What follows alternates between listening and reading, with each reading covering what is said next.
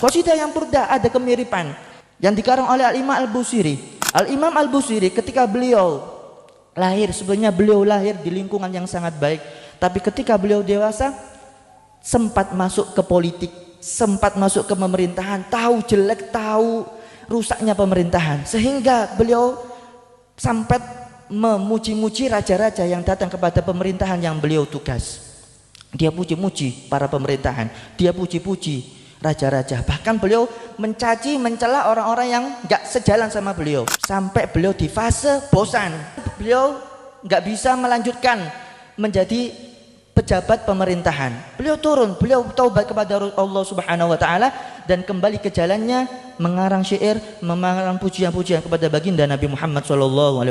Disebutkan dalam burdah di fasal yang ke-9 sudah dijelaskan bahwasanya qadamtuhu bimadihin astaqilu bihi dunuba umrim madha fi sya'ri wal khidami. Saya sekarang khidmah untuk memuji baginda Nabi Muhammad SAW karena umurku dulunya sudah habis untuk syair, untuk memuji orang-orang yang nggak pantas dipuji. Maka orang yang paling pantas dipuji adalah Rasulullah SAW. Sampai suatu waktu beliau merasakan sakit yang parah sehingga beliau nggak bisa berjalan alias lumpuh.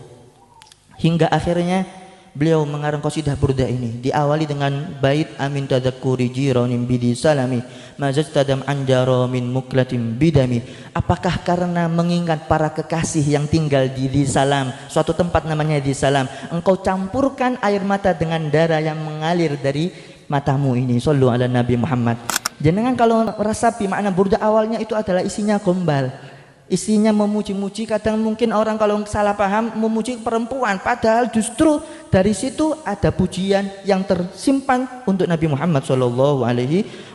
Setelah bait fama belagul ilmi annahu basyarun, maka puncak keilmuan, puncak pengetahuan bahwasanya Rasulullah ini adalah basyar. Selesai, nggak bisa melanjutkan qasidah.